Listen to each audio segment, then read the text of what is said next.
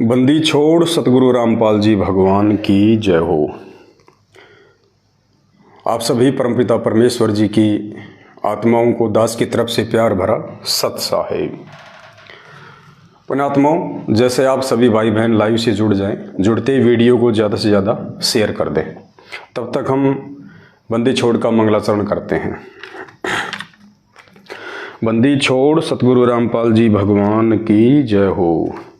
गरीब नमो नमो शतपुरस को नमस्कार गुरु की नहीं, सुर नर मुनि जन साधुआ संतों सर्वस दीन ही। सतगुरु साहिब संत सब दंडोतम प्रणाम, आगे पीछे मध्य हुए तिनको जा कुर्बान। नराकार निर्विषम काल जाल भंजनम, निर्लेपम निज निर्गुणम अकल अनुपवे सुन्न धुनम। सोहम सुरति समापतम सकल समाना नीरतल, उज्ज्वल हिरंबर हरदम बेपरवाह अथाय, वार पार नहीं मध्यतम। गरीब जो सुमरत सिद्ध होई, गणनायक गलताना करो अनुग्रह सोई, पारस पद परवाना।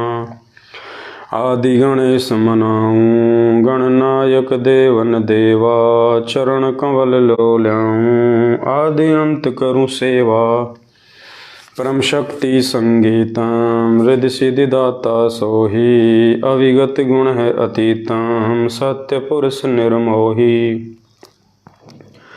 जगदम्बा जगदीशम मंगल रूप मुरारी, तन मन और पूसीसम भक्ति मुक्ति भंडारी। सुर नर मुनि जन ध्यावें, ब्रह्मा विष्णु महेशा शेष सहस मुख गावें। पूजें आदि गणेशा इंद्र कुबेर सरीखा, वरुण धर्म राय ध्यावें। सुमरथ जीवन जी का मन इच्छा फल पावें, 33 कोटि अधारा ध्यावें सैं 88 उतरे भव जल पारा। कटहें यम की फांसी 33 कोटि अधारा, ध्यावें सैं 88 उतरे भव जल पारा। कटहें यम की फांसी। बंदी छोड़ सतगुरु रामपाल जी भगवान की जय हो। परमपिता परमात्मा, सारी सृष्टि के रचनहार, कुल मालिक, असंख्य ब्रह्मांडों के स्वामी, जगत गुरु, तीनों लोकों में प्रवेश करके सबका भरण पोषण करने वाले राजाधिराज, आत्माधार, नाथों के नाथ, देवों के देव महादेव, सर्वेश्वर महेश्वर मृत्युंजय, अजरो अमर, आदि अनादि सनातनी प्रभु, जगत पिता जगदीश्वर, 1008 की उपाधि के वास्तविक अधिकारी, शब्द स्वरूपी राम, अकाल मूर्ति, राजेश्वर, परम दयालु, सर्वशक्तिमान, संत शिरोमणि सतगुरु रामपाल जी परमेश्वर जी के चरण कमल में देश विदेश से हम सभी सत्सेवक भाई बहनों का अनंत कोटि दंडवत प्रणाम। सत्साई भाई और बहनों, सतगुरुदेव जी की विशेष मेहर और उनकी दया इस कलयुग की बिचली पीढ़ी में आप और हम सभी भाई बहनों के ऊपर, और प्रार्थना करते हैं परमपिता परमेश्वर जी से कि उनकी ये दया, उनका ये प्यार भरा आशीर्वाद आप और हम सभी भगत भाई बहनों पे इसी प्रकार से बना रहे। पुण्यात्माओं, आज हमने ज्ञान गंगा के ऊपर लाइव आना था, लेकिन किसी कारणवश अभी थोड़ा सा उसको डिले करना पड़ेगा। 15 मार्च 2023 से हम ज्ञान गंगा पुस्तक के ऊपर लाइव आएंगे।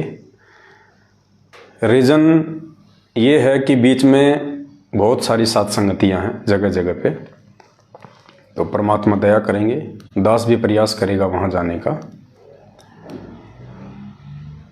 अभी 7, 8, 9 की तो बहुत जगह सात संगतियाँ हैं, उसके बाद भी 10, 11 की भी हैं। तो एक बार परमात्मा सात संगतियों से निपटा दें, उसके बाद फिर हम लगातार रोज़ाना 15 मार्च 2023, आप ये डेट ध्यान रखना, आपकी बार मालिक की दया से उक चुक नहीं होगा। 15 मार्च 2023 से हम लोग ज्ञान गंगा पुस्तक के ऊपर लगातार लाइव आएंगे। आज समय दिया हुआ था इसलिए लाइव आ गए आप सभी भाई बहनों के बीच में, और 2-4 दिन में, 5-10 दिन में एक दूसरे भाई बहनों से सात संगति के माध्यम से रूबरू होना भी बहुत आवश्यक है। क्योंकि ये जो विरह का जो समय चल रहा है वर्तमान में हमारे बीच में और पूज्य गुरुदेव जी के बीच में, यानी संगत और परमात्मा के बीच में जो ये अंतराल है, जो ये डिफरेंट है, ये बड़ा खतरनाक है वर्तमान में। और ज्यों ज्यों ये समय आगे बढ़ता जाएगा त्यों त्यों इस भक्ति मार्ग पे भगत का टिके रहना महाभारत की चुनौती से कम नहीं होगा। और दास पहले भी कई बार स्पष्ट कर चुका है ये बातें। पुण्यात्माओं, सतगुरुदेव जी के इसार जेल से बाहर आने तक यदि कोई चीज़ हमें उनके सत भक्ति मार्ग पे जिंदा रख सकती है, टिका के रख सकती है, वो केवल साध संगति है। जो व्यक्ति साध संगति रूपी हाथी से नीचे उतर जाएगा, काल उसको छोड़ेगा नहीं।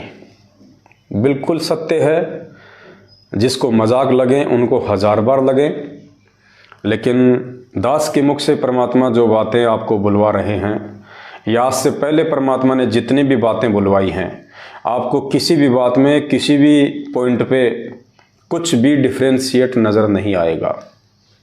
क्योंकि दास अपनी मर्जी से नहीं बोलता है, मुझे कोई शौक नहीं है। जो भी बुलवाते हैं परमात्मा बुलवाते हैं और वो सत्य होता है।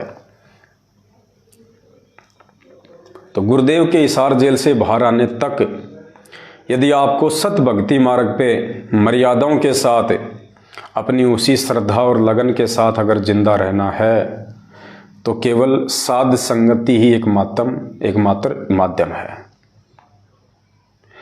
650 साल पहले की तरह अब हमने भूल कर भी धोखा नहीं खाना है। भीड़ को देख के भक्ति नहीं होती है, भीड़ को देख के नहीं चला जाता है। काशी में हम लोग इसी कारण से मार खा गए कि जिधर माहौल ज़्यादा था, जिधर भीड़ ज़्यादा थी, हम उधर दौड़ लिए। और हमने उस परमेश्वर के मिशन को कि भाई परमात्मा सत्य है, परमात्मा कभी शराब नहीं पी सकता, परमात्मा अपनी ही शिष्या के साथ में इस प्रकार से दुर्भावनापूर्ण व्यवहार नहीं कर सकता। 120 साल से जो भगवान इतना अच्छा ज्ञान दे रहा है, क्या उसमें इतनी भी समझ नहीं होगी कि वो सरेआम अपनी शिष्या को हाथी पे बैठा के और भरे बाजार में इस प्रकार से अपना जुलूस निकलवाएगा? अगर उन्होंने कुकर्म करना होता तो किसी बंद कमरे में कर लेते। इतनी बुद्धि तो एक सामान्य व्यक्ति में भी होती है। लेकिन उस समय हमने ना तो उनको गुरु माना, परमात्मा तो बहुत दूर की बात थी, इसलिए हम मार खा गए। और भीड़ का एक हिस्सा जो देखा देखी में चल रहा था, उन्होंने जैसा बोल दिया वैसा बाकी लोगों ने मान लिया, और देखा देखी में, भेड़ चाल में सब परमात्मा की मर्यादाओं से, उस पतिव्रता धर्म से नीचे गिर गए। आज भी स्थिति और परिस्थितियां वही हैं, थोड़ा समय चेंज है, और भिन्न भिन्न समय के अनुसार परमात्मा अपनी आत्माओं की परीक्षा भी भिन्न भिन्न तरीकों से लेते हैं। आज उस परमेश्वर की परीक्षा का जो तरीका है वो मर्यादाओं को लेके है, भक्ति विधि और भक्ति विधि में आचरण को लेके है, कि 27 साल से इन आत्माओं को मैंने जो अमृत ज्ञान दिया है, तुम्हें क्या कर्म करने चाहिए, क्या कर्म नहीं करने चाहिए, किस प्रकार से तुम भक्तों की रहनी करनी होनी चाहिए, तुम क्या करोगे, कौन सी वो क्रिया करोगे जिससे समाज तुमसे दिशा लेगा। लेकिन 27 साल से उस परमेश्वर ने रातों को जाग जाग के सत्संगों के माध्यम से हमें जो यथार्थ भक्ति विधि, जो क्रियाएं, कौन से कर्म करने योग्य हैं, कौन से कर्म त्यागने योग्य हैं, जो उन्होंने बताया, सिखाया, समझाया, आज हम उन सभी भक्ति विधि कर्मों के विपरीत कुकर्म कर रहे हैं। सड़कों पे ड्रामे कर रहे हैं, दुनिया को दिखा रहे हैं कि देखो हम कितने सत्य हैं। अरे जो आदमी सत्य होता है उससे अपने सत्यता प्रमाणित करने के लिए सड़कों पे ढोल पीटने की आवश्यकता नहीं पड़ती। सच्चाई तो समय आने पे वैसे ही अपनी जगह बना लेती है।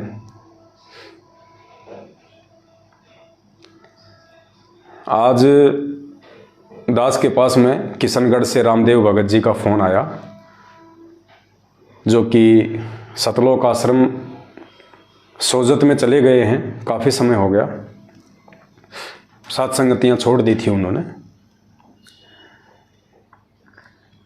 उनका फ़ोन आया, दास उठा नहीं पाया। 5 मिनट बाद में दास ने फ़ोन किया, सत्साहिब हुई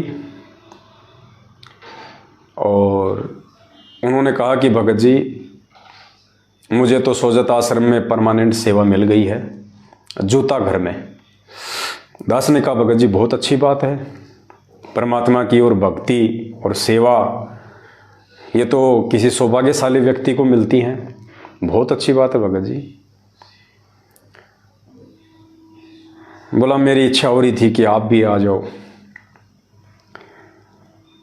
मैंने कहा भगत जी हमारे विचार मेल नहीं खाएंगे। मुझे कोई दुश्मनी नहीं है, ना आपसे कोई दुश्मनी है, ना सतलोक आश्रम मैनेजमेंट हरियाणा से कोई दुश्मनी है, ना गुरुदेव के कलयुगी परिवार से मुझे कोई ऐतराज़ है, ना किसी कोऑर्डिनेटर से मेरा कोई ज़मीन का विवाद चल रहा है भगत जी। तो रामदेव जी ने कहा कि कभी कभी दिल में ऐसी लहर सी उठती है कि हम क्या लाए थे, हम क्या लेके जाएंगे, थोड़ा सा जीवन है, क्या राग द्वेष करना, इसलिए मैंने आपको फ़ोन किया है। दास ने सोचा भगत जी इतनी बात अगर आप साथ संगति में रहते सहते समझ लेते तो आज ये नौबत ही नहीं आती। और भी काफ़ी बात हुई उनसे, और उन्होंने कहा कि जब मैं यहाँ सोजत आश्रम में गुरुजी के जन्मदिन पे आया हुआ था तो एक दिन के लिए गुरुदेव के छोटे भाई महेंद्र जी भी आए थे सोजत आश्रम में। तो महेंद्र जी ने कहा कि मुझे रामदेव जी से मिलना है। तो मैं गया उनके पास में, बैठे, मुलाकात हुई, आपके बारे में भी चर्चा हुई। तो कह रहे थे कि अगर एक बार मीटिंग हो जाए तो कोई दिक्कत नहीं है। रामदेव जी बोले मैंने कहा था महेंद्र जी को कि पवन जी आदमी बुरे नहीं हैं, बहुत अच्छे आदमी हैं, मेरे घर पे रह के गए हैं, अच्छे उनके विचार हैं, भगत वाले भाव हैं, लक्षण हैं। तो महेंद्र जी ने कहा कि कोई दिक्कत नहीं है, आप बात कर लेना, अगर मान जाते हैं हम बैठ के बातचीत कर लेंगे, ऐसी कोई दिक्कत नहीं है। वो चाहे अकेले में कहें चाहे आश्रम में कहें, हम बैठ के बातचीत कर लेंगे उनसे। तो दास ने कहा कि भगत जी महेंद्र जी से मेरी बहुत समय पहले मुलाकात हो चुकी है, मीटिंग हो चुकी है, और उसके बाद तो महेंद्र जी कुछ बिगड़े ही हैं, सुधरे नहीं हैं भक्ति मार्ग में। मैंने बिल्कुल यही कहा उनसे कि उसके बाद तो महेंद्र जी कुछ बिगड़े ही हैं, सुधरे नहीं हैं। और हमारा ये विचारों का मतभेद है, किसी से कोई मन भेद नहीं है। आप चाहे उधर जाओ चाहे इधर आओ, आप किधर भी रहो भगत जी, हमें किसी से कोई मतलब नहीं है। ये ज्ञान मार्ग है और परमात्मा ने अच्छे से हमारे को कर्म कुकर्मों की, धर्म अधर्म की, न्याय अन्याय की, संगत कुसंगत की, सत्य असत्य की, परमेश्वर ने हर प्रकार से हमारे को जानकारी करवा के उसके बाद ही सात संगत रूपी आथी पे बैठाया है। और हम इतने पागल नहीं हैं कि हम इस आथी से नीचे उतरने की महा गलती करते हैं।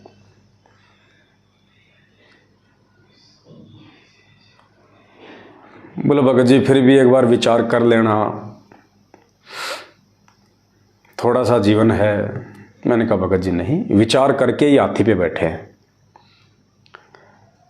और दास ने कहा कि भैया महेंद्र जी से मैं क्या मीटिंग करूंगा, क्या बात करूंगा उनसे। अब उनके तो सर से ऊपर पानी निकल चुका है। मेरे ऊपर इन लोगों ने गुरुदेव के माध्यम से मुकदमा करवाया है, तो मेरा तो जो भी डिसीजन लेंगे, मेरा तो जो भी निर्णय होगा अब सतगुरुदेव जी के हाथ में है। क्योंकि आज नहीं तो कल कोर्ट में गुरुदेव को भी आना पड़ेगा गवाही के लिए। दास तो जाएगा ही अपनी तारीखों पे, तो गुरुदेव का और दास का आमना सामना होगा। क्योंकि मुकदमा इन्होंने गुरुदेव से करवाया है, बहुत बड़ी इन्होंने गलती कर दी अपने जीवन की। तो गुरुदेव से मेरा आमना सामना होगा, उस समय वार्तालाप होंगी। और उस समय परमपिता परमेश्वर, मेरे पूज्य गुरुदेव भगवान जो भी आदेश दिशा निर्देश मुझ तुच्छ प्राणी को देंगे, मेरे लिए तो वही स्वीकारी होगा भगत जी। अगर इन लोगों की बातें माननी होती तो आज से पहले हम इन आश्रमों में बैठे होते। आप जैसे भाइयों को फ़ोन करके हमें आश्रमों में बुलाने की ज़रूरत ही नहीं पड़नी चाहिए थी। तो हमारा फैसला तो हमारे पूज्य गुरुदेव जी के हाथ में है, महेंद्र जी के हाथ में नहीं है। दास ने कहा कि हमारा तो विचारों को लेकर मतभेद है भगत जी।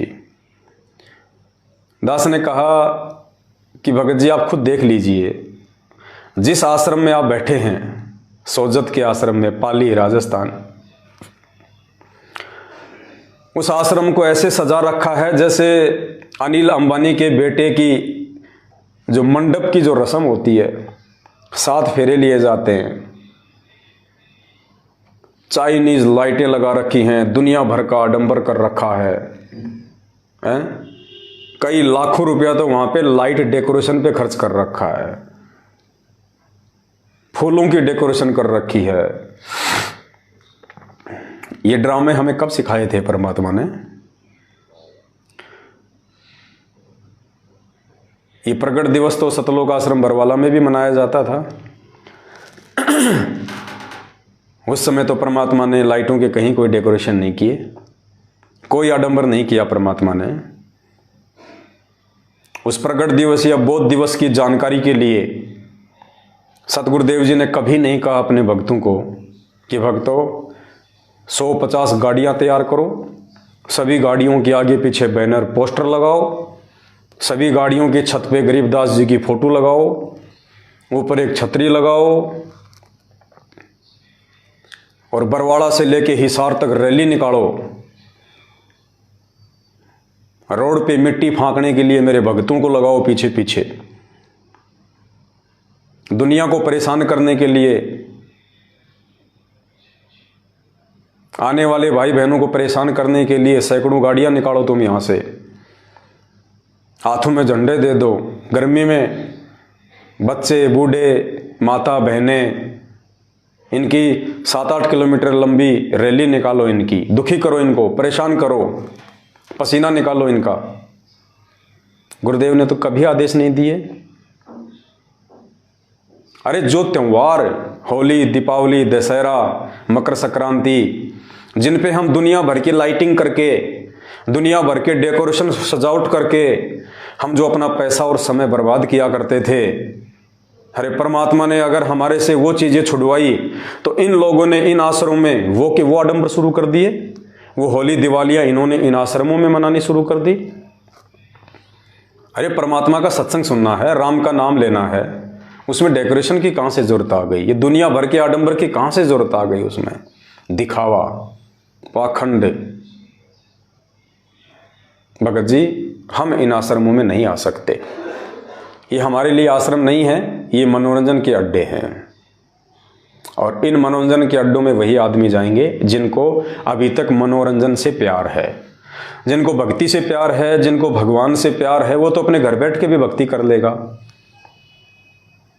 अगर उस आश्रम में जाने से ही परमात्मा मिलता है या परमात्मा ज़्यादा प्रसन्न होते हैं, तो आश्रम में ऐसा क्या है? वो फोटोएं, वो सत्संग, वो भंडारा हमारे घर पे भी है। आश्रम कोई सोने चांदी का तो बना हुआ नहीं है, मिट्टी चूना ईंट पत्थर का बना हुआ है।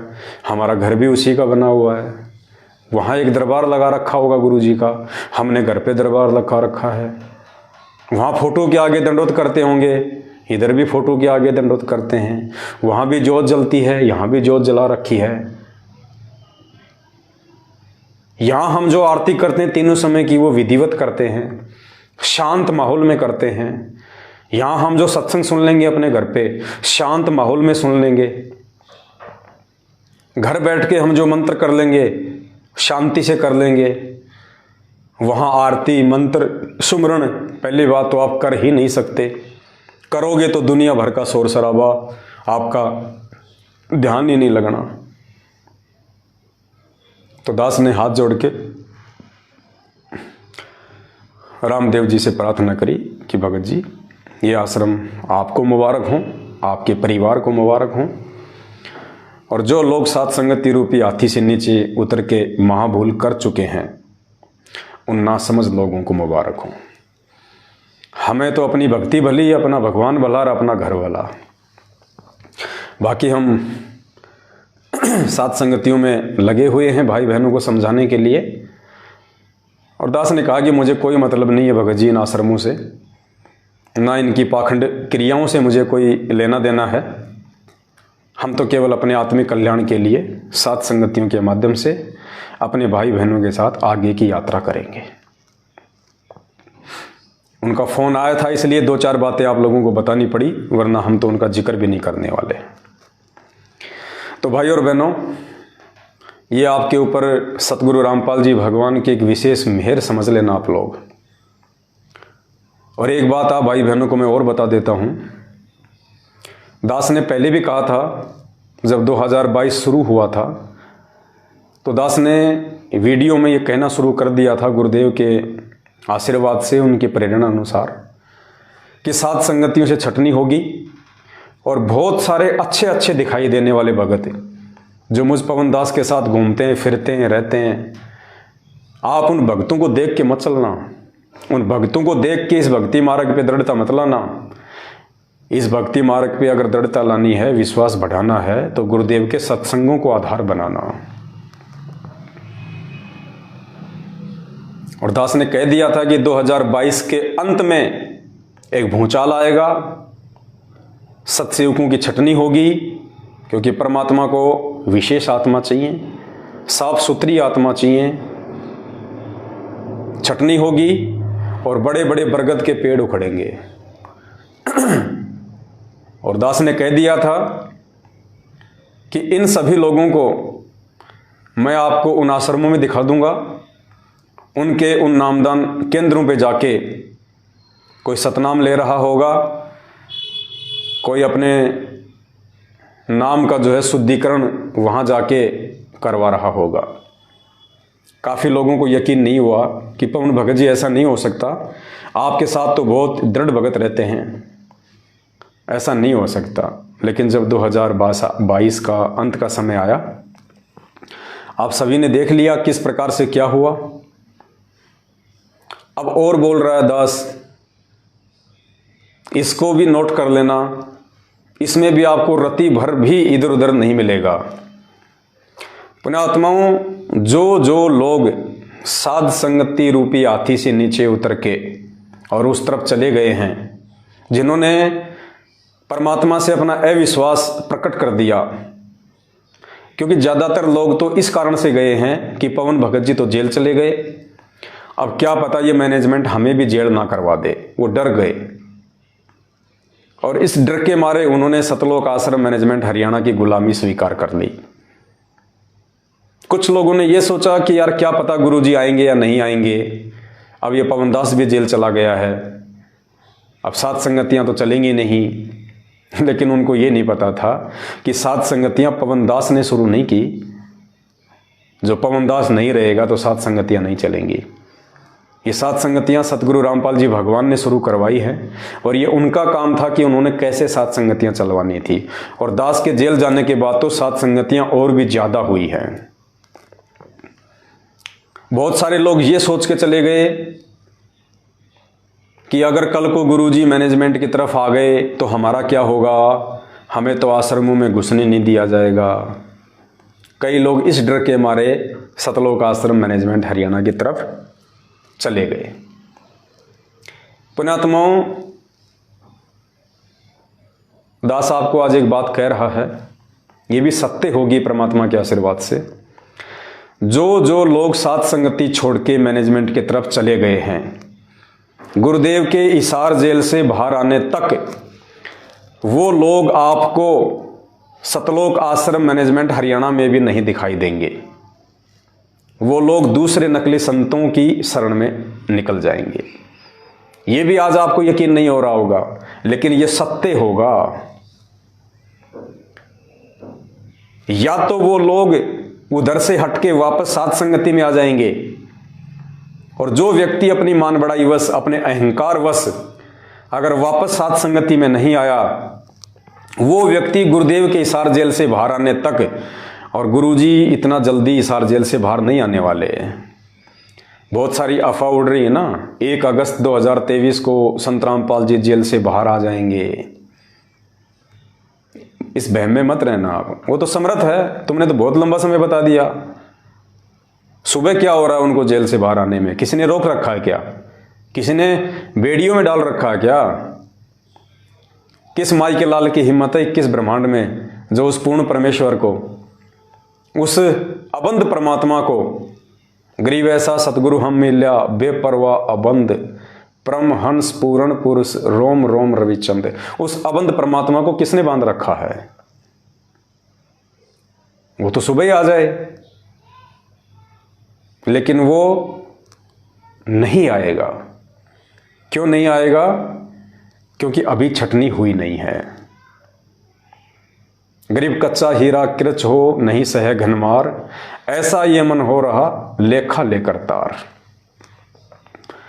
27 साल से परमात्मा ने छिप के ज्ञान दिया है, तो परीक्षा भी जी भर के लेगा। इतनी सी भी गंदगी उस परमात्मा को पसंद नहीं है, इतनी सी भी गंदगी, तिल भर गंदगी भी उन्हें पसंद नहीं है। क्या वो परमात्मा बच्चा है? क्या वो परमात्मा बालक है? क्या उसको पता नहीं है कि जो व्यक्ति साध संगत रूपी साफ सुथरे मार्ग में नहीं टिक पाया, जिसको मैंने हाथी पे बैठाया था, अरे हाथी की सवारी तो सभी जानवरों में सर्वश्रेष्ठ होती है।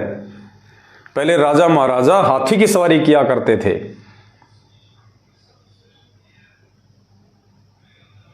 जो व्यक्ति साध संगति रूपी हाथी पे नहीं टिक सका, वो व्यक्ति सतलोक आश्रम मैनेजमेंट हरियाणा के वहां पे कैसे टिक जाएगा?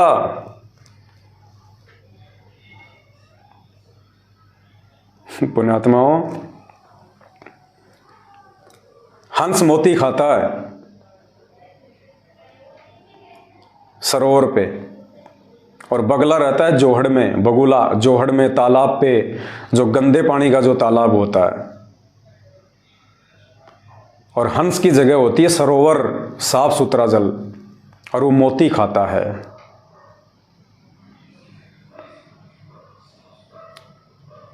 हंस यदि सरोवर में नहीं टिक पा रहा, वो जोहड़ में कभी नहीं रुक सकता।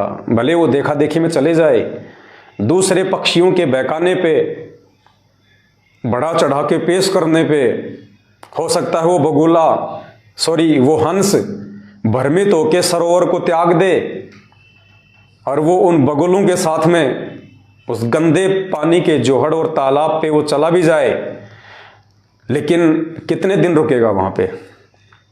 क्योंकि हंस को उस गंदे पानी में मोती नहीं मिल सकते, हंस को उसकी खुराक उस जोहड़ में नहीं मिल सकती।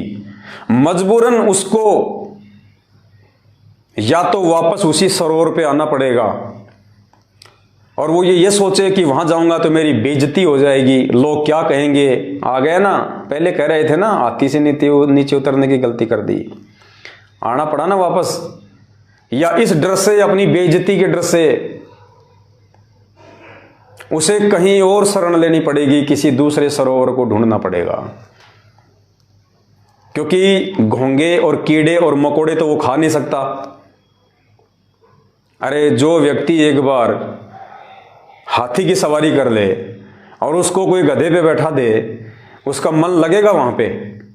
थोड़े दिन तो लग सकता है, लेकिन जब उसको वो धक्के लगेंगे ना और वो गधे की रीढ़ की हड्डी जब उसको चुभना शुरू होगी, तब उसको एहसास होगा कि यार ये हाथी तो नहीं है, मेरे को तो भ्रमित कर दिया कि ये छोटा हाथी है। और छोटा हाथी नहीं, वो गधा था। और वापस उसने हाथी की खोज के लिए उस गधे को छोड़ के आना पड़ेगा। अगर समझदार होगा तब तो आ जाएगा वापस हाथी पे, और ये सोचे कि मेरी तो बेइज्जती हो जाएगी, मैं कैसे जा सकता हूं, तो फिर वो किसी दूसरे सरोवर की खोज करेगा। और दूसरा सरोवर धरती पे है नहीं, जहां जाएगा वहां उसको धोखा ही धोखा मिलेगा।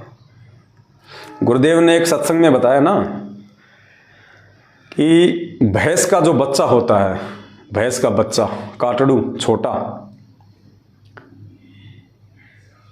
तो क्या किया जाता है, उसको भैंस के थन के लगाया जाता है, उसका मुंह, तो भैंस का थन मुंह में लेके वो चूंकता है, उसको दूध मिलता है, उसमें बड़ा आनंद आता है। और फिर क्या करेंगे घर वाले, जब थोड़ा सा वो दूध पी लेता है, फिर उसको वहां से हटा देंगे जबरदस्ती, और हटा के क्या करेंगे, उसके मुंह में 2 उंगली दे देंगे। क्या कहा गुरुदेव ने, उसके मुंह में दोनों उंगली दे देंगे। अब थोड़ी देर तो वो उस उंगलियों को चूखेगा, थोड़ी देर तो चूखेगा उसको, और थोड़ी देर बाद उसको आभास हो जाएगा यार इनमें वो चीज नहीं मिल रही जो चीज मुझे पहले मिल रही थी, क्योंकि दूध आएगा नहीं इनमें उंगलियों में, तो फिर वो छोड़ देता है। फिर वापस वो दौड़ेगा उधर दूध पीने के लिए। तो गुरुदेव ने बताया कि बाद में उसको कौन दूध पीने देगा, उसको बांध दिया जाता है दूर। तो एक बार जो आत्मा सात संगति रूपी हाथी से नीचे उतर चुकी हैं, अब काल भगवान ने उनके मुंह में उंगलियां दे रखी हैं। अब थोड़ी बहुत देर तो वो ड्रामेबाजी में शरीक रहेंगे, लेकिन वो मानसरोवर वाली खुराक, वो मोती, वो सात संगतियों में जो मिलती थी परमात्मा की आत्मिक खुराक, अब वो जोहड़ में नहीं मिलेंगी, गंदे तालाब में नहीं मिलेगी। तो वहां उसका मन नहीं लगेगा और किसी भी बहाने से वहां से भी वो दूर हटेगा। समझदार होगा तो सात संगति में आ जाएगा, वरना अपनी दुर्गति करवाएंगे। इस बात को नोट कर लेना आप। ऐसे लोग ना घर के रहते, ना घाट के, धोबी के, कुत्ते वाली उनकी जो है वो दशा हो जाती है। तो आप जितने भी भाई बहन जो सात संगतियों से जुड़े हुए हैं, ये आप सभी भाई बहनों का सौभाग्य है। परमेश्वर ने आपके ऊपर एक विशेष मेहर बख्शी, और ये आपके कोई पिछले जन्म जन्मांतरों के शुभ कर्म हैं, आपके मजबूत भक्ति संस्कार हैं, जो आप इस छटनी में भी अपने विश्वास को सात संगतियों के साथ में जोड़े रहे, और आपने अपने गुरुदेव भगवान पे विश्वास रखा। ज्ञान आधार से आपने निर्णय कर लिया कि भाई चाहे जो कुछ हो जाए, जब तक गुरुदेव नहीं आएंगे तब तक हम उन लोगों की कुसंगत नहीं कर सकते जो गुरुदेव के सत्संगों के विपरीत मनमाना आचरण कर और करवा रहे हैं।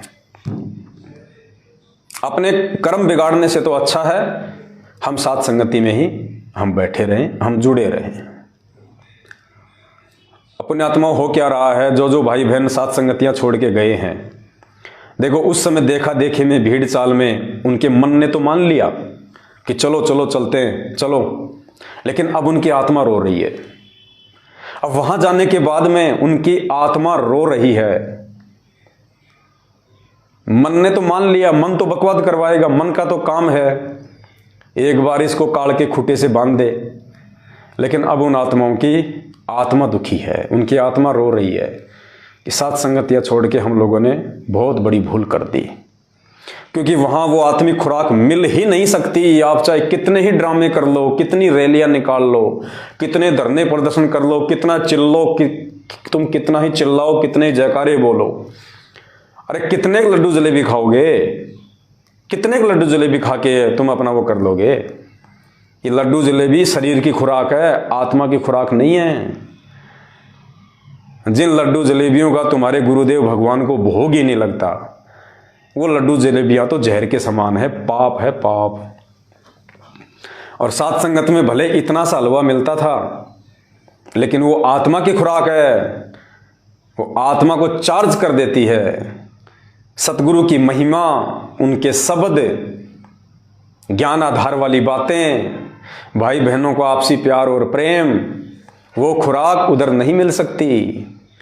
तो उस समय उनके मन ने तो मान लिया जल्दबाजी में, उनके कमजोर संस्कार थे, लेकिन आत्मा उनकी रो रही है। खैर जो भी है वो उनका विषय है। हाँ, हमारा तो आज भी उनसे कोई राग द्वेष नहीं है किसी भी प्रकार का। हम तो आज भी उनसे हाथ जोड़ के यही विनती करते हैं, भाई कोई बात नहीं, गलतियां इंसान से होती हैं और भ्रमित कोई भी हो सकता है। आप लोग जब भी वापस आना चाहें, सात संगति में आपका मोस्ट वेलकम है। आपसे कोई सवाल नहीं करेगा, आपसे कोई कुछ नहीं पूछेगा कि तुम क्यों गए, अब वहां से जाके क्या ले आए, कोई कुछ नहीं कहेगा। हमें तो खुशी होगी अगर कोई आत्मा वापस सत भक्ति पे लग जाएगी तो, वरना उधर तो विनाश ही विनाश है। और वैसे भी आने वाला समय महाविनाशकारी है। उस विनाशकारी समय में यदि हमें कोई बचाएगा तो भक्ति बचाएगी, आत्मिक खुराक बचाएगी, मर्यादा बचाएगी। और आपको पता है कि उधर जो मनमाना आचरण हो रहा है वो किसी को मर्यादा में रहने ही नहीं देगा। सिर्फ बैटरी चल रही है, सिर्फ बैटरी। और कब तक चलेगी बैटरी? इतनी जल्दी परमात्मा भी नहीं आने वाला, आप सब जानते हो। परमात्मा उस दिन आएगा जिस दिन इस दुनिया का नक्शा बिगड़ लेगा। जिस दिन दुनिया का नक्शा बिगड़ जाएगा ना, भयंकर तबाही, उथल पुथल, त्राही त्राही, काफी जनसंख्या छटलेगी, तीसरा विश्व युद्ध शुरू हो जाएगा। इजराइल के प्रोफेसर हरारे के अनुसार भारत देश के अधिकतर राज्यों में इमरजेंसी लगी होगी, आर्मी शासन लगा होगा, गृह युद्ध में ऐसी ऐसी स्थितियां बिगड़ जाएंगी। ये ज्ञान गंगा पुस्तक में लिखा हुआ है, मैं अपनी तरफ से नहीं बोल रहा। उस समय सतगुरु रामपाल जी भगवान के दीदार होंगे हिसार जेल से, क्योंकि नेता लोगों को पैर पकड़ के लाना इनकी मजबूरी हो जाएगी। ये वैसे नहीं आने वाला ये परमात्मा। लेकिन उस समय तक आप लोग जो सात संगति रूपी हाथी से नीचे गिर चुके हैं, आपका क्या होगा? खैर अब गलती की है तो भाई पछताना भी तुम्हें पड़ेगा। हमने तो कोई कमी नहीं छोड़ी थी आप लोगों को सात संगतियों से जोड़ के परमात्मा के मिशन को सही दिशा में चलाने की, लेकिन आपके भी तो अपने संस्कार काम करेंगे। खैर जो भी है, जो जैसा बोएगा वैसा ही समय आने पे अपना काटेगा। दूसरा ये था, आज बहुत सारे भाई बहनों का फोन आया जो कि सात संगतियों से जुड़ते चले जा रहे हैं, क्योंकि जितने भाई सात संगतियों से टूटे थे उनके 10 गुना ज़्यादा तो सात संगतियों में वापस जुड़ चुके हैं। अगर 100 व्यक्ति सात संगति से टूट के गए हैं तो परमात्मा ने 500 व्यक्ति, 1000 व्यक्ति तो जोड़ दिए हैं। वो नए भाई बहन जो सात संगति की वीडियो देखते हैं, जो नीर खीर का निबेरा करते हैं कि भाई सतगुरुदेव जी की असली भक्ति कहाँ है, सतगुरुदेव जी के मिशन में असली मर्यादा, असली आचरण, असली भक्ति विधि कहाँ है। हम इस मार्ग में ड्रामे करने के लिए नहीं जुड़े। ये रैलियां तो हमने कांग्रेस बीजेपी की पहले बहुत निकाल ली। ये समोसे कचौरी और लड्डू जलेबी के चक्कर में हम राजनेताओं के दिन पीछे रात दिन भटकते रहते थे। अरे इस मार्ग में आने के बाद भी वही आचरण हमसे करवाया जा रहा है तो भक्ति कहाँ है?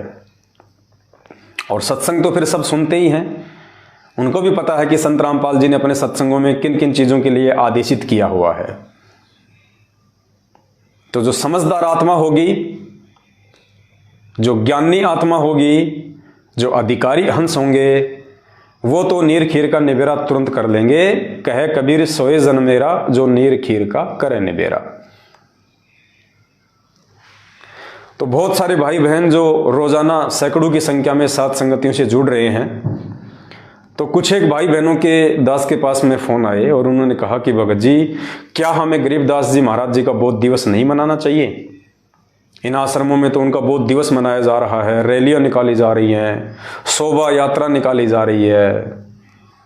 दास ने कहा, भाई वो शोभा यात्रा नहीं है, वो भगत खुद की शव यात्रा निकाल रहे हैं। वो भगत शोभा यात्रा नहीं निकाल रहे, वो महापुरुष किसी की शोभा के भूखे नहीं हैं। ये तो मनमाना आचरण करके लोग अपनी खुद की शव यात्रा निकाल रहे हैं, जो आने वाले समय में उनके साथ में बीतेगी। तो उन्होंने कहा कि भगत जी, कोई ऐसा प्रमाण जिससे कि हमारी आत्मा इस बात को स्वीकार कर ले कि वास्तव में हमने गरीबदास जी महाराज जी का बोध दिवस नहीं मनाना चाहिए। तो परमात्मा ने दया बख्शी, किसी भगत भाई ने दास को एक वीडियो भेजा और उस वीडियो में हमारे पूज्य गुरुदेव सतगुरु रामपाल जी भगवान ने स्पष्ट रूप से मना कर दिया है गरीबदास जी का बोध दिवस मनाने के लिए। और वैसे भी पुण्यात्माओं, जो इस भक्ति मार्ग को समझ चुके होंगे, जो गुरुदेव के मिशन को समझ चुके होंगे कि 27 साल से परमात्मा इतना अनमोल ज्ञान देके हम आत्माओं से क्या चाहते हैं, वो हमें कैसा बनाना चाहते हैं, सतलोक जाने के लिए, पूर्ण मोक्ष प्राप्ति के लिए हमारे अंदर कौन कौन से पतिव्रता धर्म के लक्षण होने चाहिए, किस प्रकार से हम सतगुरु को हम प्रसन्न कर सकते हैं, कैसे हम उनको रिझा सकते हैं, कौन कौन सी वो क्रियाएं हैं, उस आत्मा को तो इन ऑडियो वीडियो की भी जरूरत नहीं पड़ेगी। वो तो वैसे ही समझ जाएंगी कि गरीबदास जी से हमारा क्या नाता, हम क्या जाने गरीबदास जी को, हमें क्या लेना देना गरीबदास जी महाराज जी से। गरीबदास जी महाराज जी का उनकी वाणियों के अतिरिक्त हमारे जीवन में कोई महत्व नहीं है उनका। गरीबदास जी महाराज जी के भी हाथ से बनी हुई फोटो है, काल्पनिक फोटो है, बनाई हुई फोटो है, बनावटी फोटो है। तो हमें गरीबदास जी महाराज जी से कोई लेना देना नहीं है। हमें केवल उनकी वाणियों से मतलब था, और उनकी जो जो वाणियां हमारे मतलब की थी वो गुरुदेव ने हमारे को इस पवित्र भक्ति बोध पुस्तक में लिख दी हैं, या और भी यदि अन्य कोई वाणियां थी तो परमात्मा ने अपने सत्संगों में उन वाणियों को हमें समझा दिया है। बाकी हमें गरीबदास जी महाराज जी से या उनकी शकल से, उनकी फोटो से, उनकी सूरत से, उनकी रैलियों से, उनकी शोभा यात्रा से, उनके बोध दिवस से उस आत्मा को कोई लेना देना नहीं है जिस आत्मा को इसी जन्म में मोक्ष प्राप्त करना है। पतिव्रता उसी को कहते हैं जो केवल एक पति के आश्रित रहे। पतिव्रता आत्मा वही होती है जिसका एक परमात्मा हो, जो तन मन धन से एक के प्रति समर्पित हो, और जो 50 को अपना खशम बनाएगी वो वेश्या होती है, वो व्यभिचारिणी होती है, वो मोक्ष प्राप्त नहीं कर सकती। अरे 2 पतियों वाली औरत को ही समाज में सम्मान नहीं मिलता, तो 2 परमात्मा, 4 परमात्मा या 5 परमात्मा वाली आत्मा को भगवान कैसे पसंद करेगा, गुरुदेव कैसे पसंद करेगा। फिर भी आप सभी भाई बहनों के विश्वास को दृढ़ करने के लिए, ताकि आपके मन में कहीं भी ये शंका या गुंजाइश ना रहे कि परमात्मा सात संगतियों के माध्यम से जो भी संदेश दिलवाते हैं वो गलत होंगे। अब ये क्या बताते हैं मानी, तो आपको गुरुदेव भगवान का एक सत्संग सुनाते हैं, सतगुरु रामपाल जी परमेश्वर जी का। इस सत्संग के माध्यम से उन्होंने स्पष्ट रूप से मना कर दिया है गरीबदास जी की पूजा करने के लिए। देखो पुण्यात्माओं, परमात्मा संकेत ही करेगा, और कहते हैं शब्द सैन सतगुरु की पहचान है, वो पावे अटल सुहाग रहे। जो सतगुरुदेव जी के द्वारा सत्संगों में किए गए संकेतों को पकड़ लेगा, समझ लेगा, कहते हैं वही आत्मा उस अटल सुहाग को, उस कबीर परमेश्वर को, उस अविनाशी स्थान को प्राप्त कर सकती है। तो सतगुरु रामपाल जी भगवान ने इस 2 मिनट के सत्संग में स्पेशली गरीबदास जी का नाम लेके और उनकी पूजा को रिजेक्ट कर दिया गया है। ये जो बोध दिवस मनाया जा रहा है, जो शोभा यात्रा निकाली जा रही है गरीबदास जी की, जो रैलियां निकाली जा रही है, ये उनकी पूजा है। वरना हमें क्या मतलब गरीबदास जी से। हमें तो संत रामपाल जी से मतलब होना चाहिए। हमें सत्संग गरीबदास जी ने सुनाए हैं, आपको नाम गरीबदास जी ने दिया है, आपको आशीर्वाद गरीबदास जी ने दिया है। आपके सतगुरु गरीबदास जी है क्या? आपको मंत्र गरीबदास जी ने दिए हैं क्या? आपको सतलोक गरीबदास जी लेके जाएंगे क्या? फिर आपको क्या मतलब है उनकी रैली निकालने का, उनकी शोभा यात्रा निकालने का, उनका बोध दिवस मनाने का? लेकिन वो लोग निकालेंगे जो लोग ना तो गरीबदास जी महाराज जी को समझ पाए, जो ना सतगुरु रामपाल जी भगवान को समझ पाए, और ना इस भक्ति मार्ग को समझ पाए। तो ऐसे लोग तो पहले भी राजनेताओं के पीछे लग के ड्रामेबाजियां करते रहते थे, वो आज भी करेंगे। तो हमने उन आत्माओं को देख के नहीं चलना है। जब सतगुरु रामपाल जी भगवान और जाकिर नाइक की डिबेट हुई थी, सामने तो नहीं आया वो, लेकिन परमात्मा ने उसके विचार ले लिए और अपने विचार दे दिए, और एक सीडी बना दी थी। तो जाकिर नाइक उसमें एक बात कह रहा था। जाकिर नाइक ने कहा, यदि आपने हिंदू धर्म को समझना है, यदि आपने हिंदू धर्म को समझना है, तो आपने किसी भी हिंदू को देख के नहीं चलना चाहिए। आपने हिंदू धर्म के धर्मशास्त्रों को देख के चलना चाहिए। पहले यदि आपने हिंदू धर्म को समझना है तो हिंदुओं को समझने की आवश्यकता नहीं है। हिंदू क्या क्रिया कर रहे हैं, क्या नहीं कर रहे हैं, क्या भक्ति कर रहे हैं, क्या नहीं कर रहे हैं। अगर हिंदू धर्म को समझना है तो हिंदुओं को मत देखो, हिंदू धर्म के पवित्र शास्त्रों को देखो कि उन शास्त्रों में भक्ति की क्या विधि है। इसी प्रकार यदि आपने मुसलमान धर्म को समझना है तो मुस्लिमों को देख के मत चलो, मुस्लिमों को मत देखो कि वो क्या पूजा कर रहे हैं, क्या इबादत कर रहे हैं, किसके आगे वो सिजदा कर रहे हैं। अगर आपने मुसलमान धर्म को समझना है तो आपने मुसलमान धर्म के पवित्र ग्रंथों को समझना पड़ेगा कि कुरान शरीफ में, कुरान मजीद में, तौरेत में, जबूर में भक्ति के विषय में क्या दिशा निर्देश है।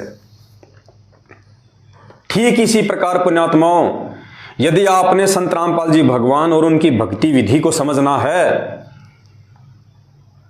तो आप भक्तों को मत देखिएगा, भगत क्या ड्रामा कर रहे हैं, क्या शोभा यात्रा निकाल रहे हैं, क्या रैलियां निकाल रहे हैं, क्या डेकोरेशन कर रहे हैं, क्या लड्डू जलेबियों के ढेर हो रहे हैं, क्या भीड़ की भीड़ जा रही है, क्या वो मनमाना आचरण कर रहे हैं। नहीं, अगर आपने संत रामपाल जी भगवान और उनकी भक्ति विधि को समझना है, जानना है, तो आपने संत रामपाल जी महाराज जी के सत्संगों को सुनना पड़ेगा, उनके सत्संगों को जानना पड़ेगा, उनके सत्संगों का निष्कर्ष निकालना पड़ेगा, विचार करना पड़ेगा कि संत रामपाल जी भगवान ने क्या भक्ति विधि बताई है। अगर भक्तों को देख के चलोगे तो 650 साल पहले काशी वाला हाल हो जाएगा, ना घर के, ना घाट के, धोबी के कुत्ते। तो गरीबदास जी महाराज जी का बोध दिवस मनाना चाहिए या नहीं मनाना चाहिए, गरीबदास जी महाराज जी की पूजा करनी चाहिए या नहीं करनी चाहिए, ये शोभा यात्रा निकालना, ये रैलियां निकालना, बोध दिवस मनाना, ये उनकी पूजा है, ये गरीबदास जी की पूजा है। और इस पूजा का क्या प्रतिफल मिलेगा ये तो भविष्य बताएगा उन आत्माओं को जो वहां अपनी आंख नहीं खोल पा रही।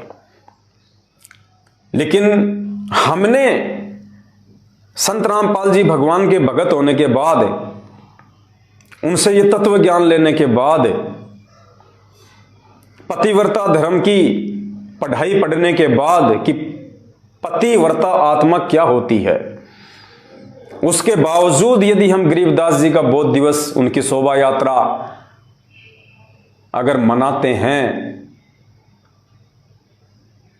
तो पुण्यात्माओं, उसके लिए हमने गुरुदेव के सत्संगों को आधार बनाना पड़ेगा।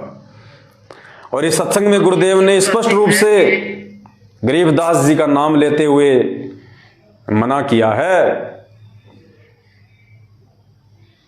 कि ये जो छुड़ाने वाले हैं, जो दूसरे संत हैं, ये गरीबदास जी को पूजते हैं, उसके आगे दीपक लगाते हैं, हरिदास जी को पूजते हैं, उसके आगे दीपक लगाते हैं, कहते हैं ये व्यर्थ है, व्यर्थ है। यानी गरीबदास जी की पूजा को संत रामपाल जी महाराज जी ने बिल्कुल रिजेक्ट कर दिया है, ये संकेत कर दिया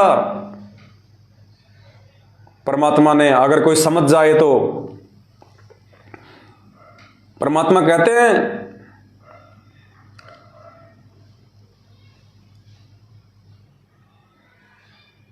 मुर्दियों से ती प्रीत लगावे ना जाने सतगुरु मेरे नू। इस सत्संग के अंत में संत रामपाल जी भगवान ने गरीबदास जी को मुर्दे की संज्ञा दी है, मुर्दे की, यानी जो वर्तमान में जो संत शरीर में नहीं है उसको संत रामपाल जी भगवान ने मुर्दे की संज्ञा दी है गरीबदास जी और हरिदास जी का नाम लेते हुए, कि उन मुर्दों की पूजा करने से, उन मुर्दों को पूजने से कुछ नहीं मिलेगा। वैसा ही संत कोई जिंदा हो उसकी शरण में जाओ, तब तुम्हें वो लाभ मिलेंगे।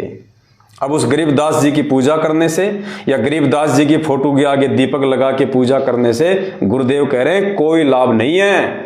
ये संकेत कर दिया परमात्मा ने, अगर कोई ज्ञानी आत्मा समझ जाए तो। क्या कह रहे हैं गुरु जी? गरीबदास जी और हरिदास जी का नाम लेते हुए कि उनकी पूजा व्यर्थ है, तो पुण्यात्माओं फिर इन आश्रमों में क्या हो रहा है? ये गरीबदास जी की पूजा की जा रही है बहुत दिवस मना के।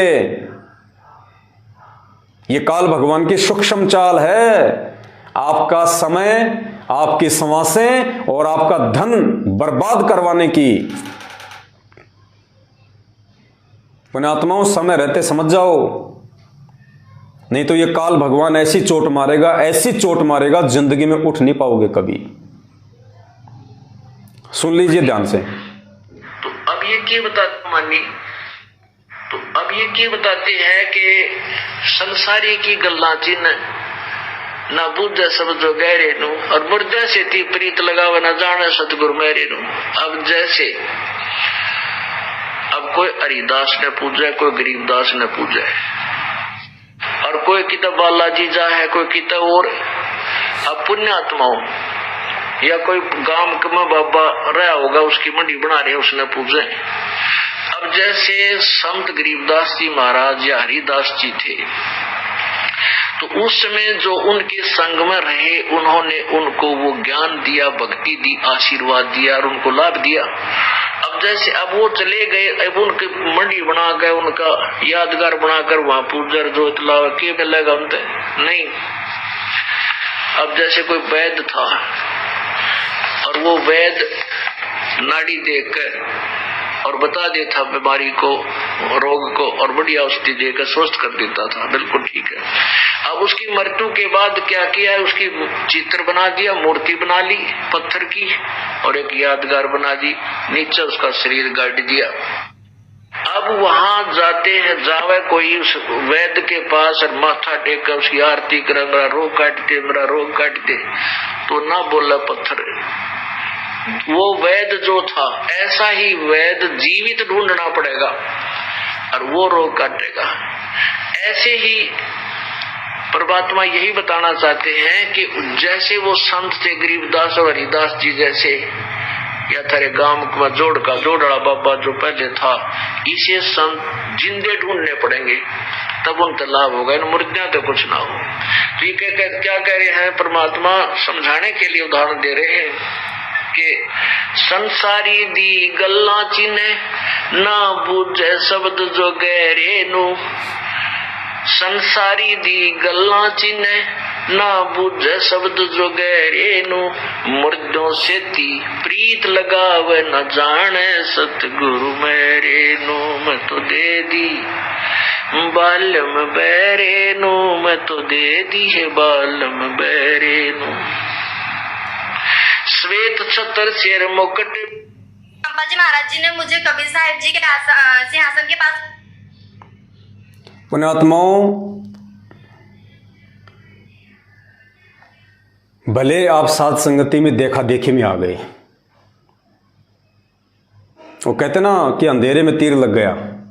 भले ही आप साध संगति में शुरू में देखा देखी में जुड़े थे, लेकिन आपका वो अंधेरे में फेंका गया तीर बिल्कुल सटीक निशाने पे लगाया परमात्मा ने।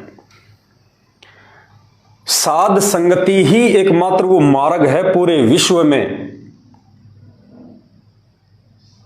जिसके माध्यम से संत रामपाल जी भगवान अपनी आत्माओं को सतलोक के लिए तैयार कर रहा है। क्योंकि पतिव्रता धर्म पे केवल साध संगत से जुड़ी हुई आत्माएं ही हैं। दास ने आपको पहले भी कहा था कि गरीबदास जी महाराज जी का आश्रम में बोध दिवस मनाना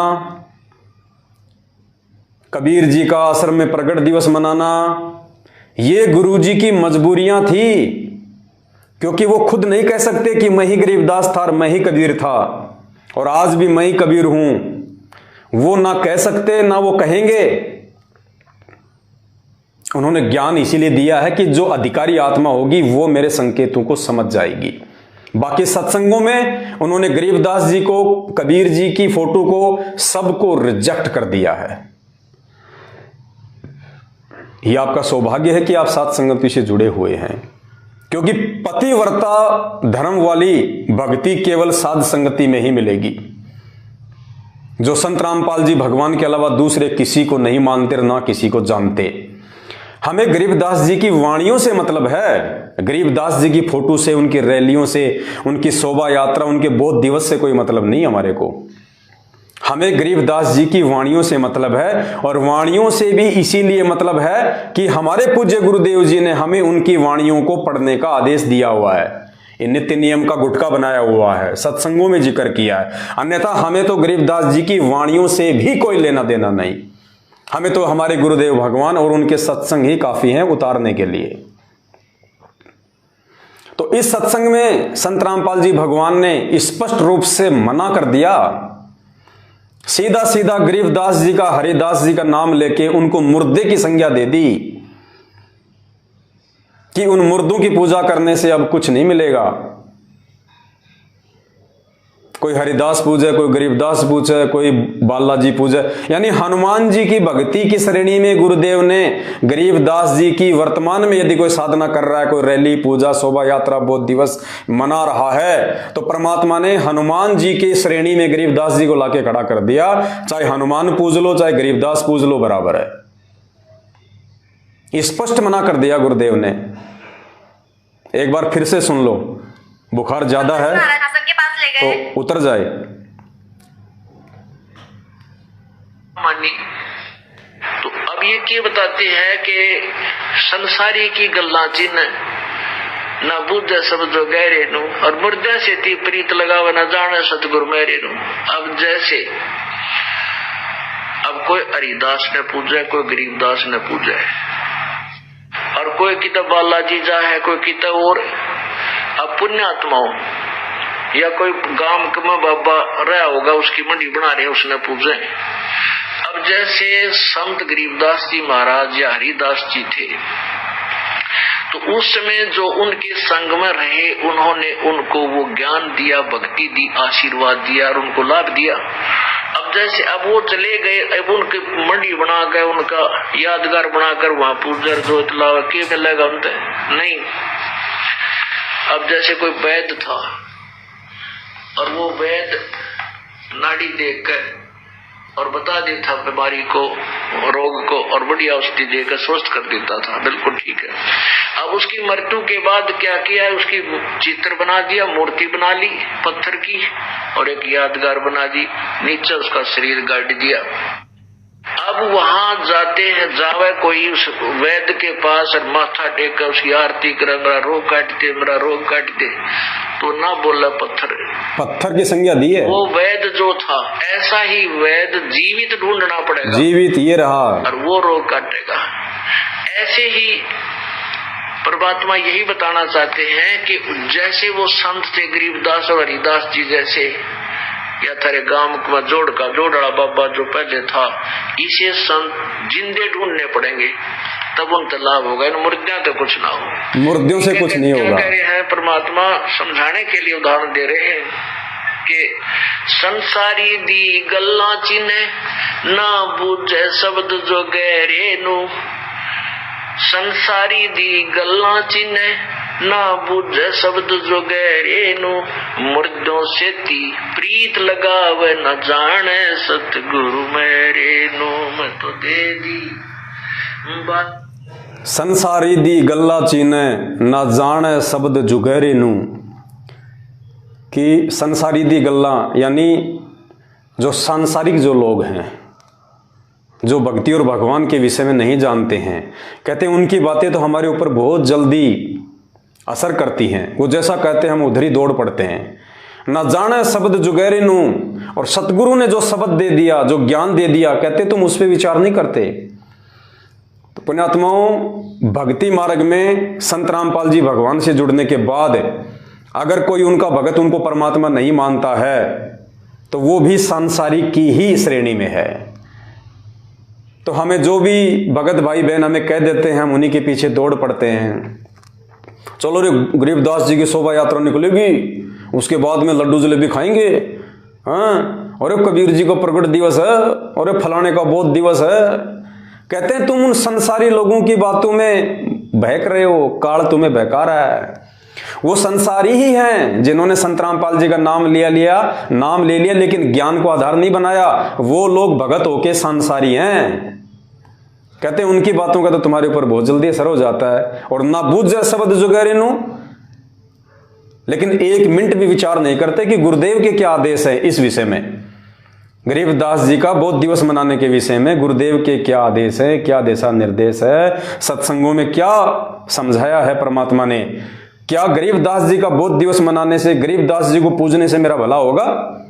क्या गरीबदास जी की रैली निकालने से, वो पसीना बहाने से, समय और धन बर्बाद करने से मेरा कुछ भला होगा?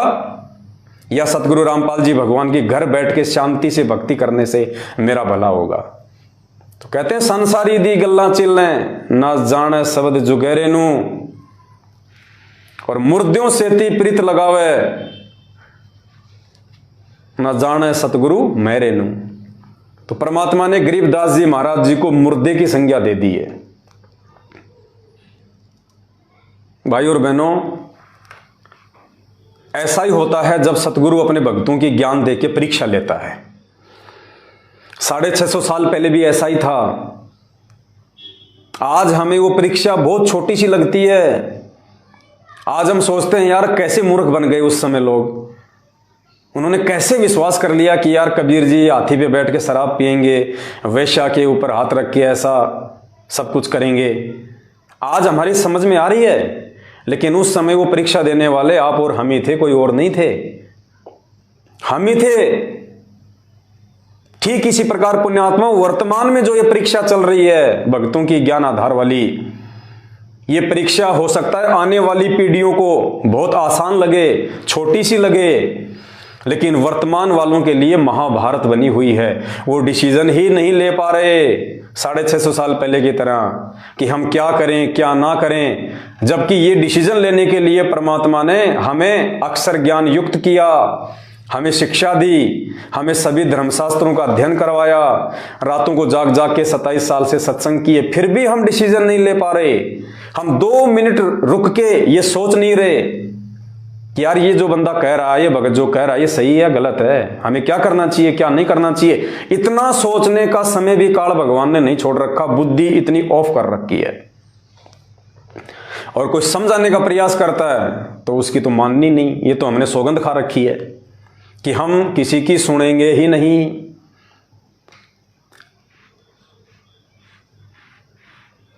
एक पिता अपनी पुत्री की शादी के लिए लड़का ढूंढ रहा था, और उसकी जो बेटी थी वो 16 गुण संपन्न थी। 16 गुण होते हैं, 16 गुण संपन्न थी वो। तो पिता रिश्ता ढूंढने के लिए कभी उस गांव जाता, कभी उस नगर में जाता, लेकिन उसको ऐसा कोई भी लड़का उसकी टक्कर का नहीं मिल रहा था कि जो 16 गुण संपन्न हो। और लड़की ने कह दिया था कि पिताजी मैं तो शादी उसी से करूंगी जो सर्वगुण संपन्न हो, 16 गुण संपन्न हो। बड़ी समस्या आ गई बाप के सामने। काफी कुछ प्रयास किया, नहीं मिला। अंत में एक गांव में एक परिवार मिला जिसमें एक लड़का था जिसमें 14 गुण थे। 16 तो नहीं थे, उसके अंदर 14 गुण थे। वो 14 गुण संपन्न था। तो बाप ने कहा कि भाई एक बार बेटी से पूछ लेता हूं। तो बेटी के पास आया और कहा कि बेटी देख, मैं बहुत दुखी हो चुका हूं, परेशान हो चुका हूं, और बड़ी मुश्किल से मेरे को एक लड़का मिला है जो 14 गुण संपन्न है, और बेटी मुझे तो मिल नहीं रहा, तेरे को कोई मिले तो तू देख ले। तो बेटी ने कहा, सोचा कि बाप भी बहुत ज्यादा दुखी हो गया, परेशान हो गया।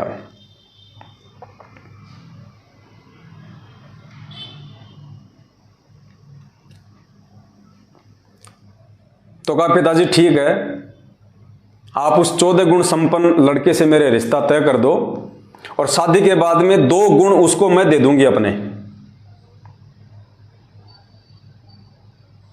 1 गुण उसको मैं दे दूंगी अपना, तो हम दोनों जो है 15-15 गुण संपन्न हो जाएंगे। तो कहा ठीक है भाई, रिश्ता तय कर दिया, शादी हो गई। अब शादी होने के बाद में लड़की ने सोचा कि लो भाई इसको वो 1-2 गुण मैं अपने दे देती हूं इसको। तो लड़की ने पूछा जी आप 14 गुण संपन्न हो? बोलो जी हाँ।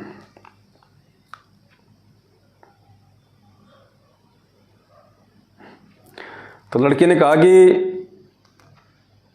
2 गुण मैं दे देती हूं आपको।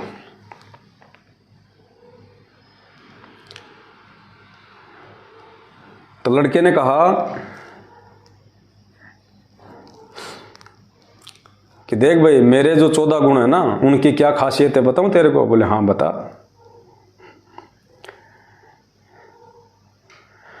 बोला मेरी बात को, मेरी जो बात है ना उसको मैं नीचे गिरने नहीं देता और दूसरे की बात मैं सुनता नहीं बिल्कुल भी, ये मेरा विशेष गुण है।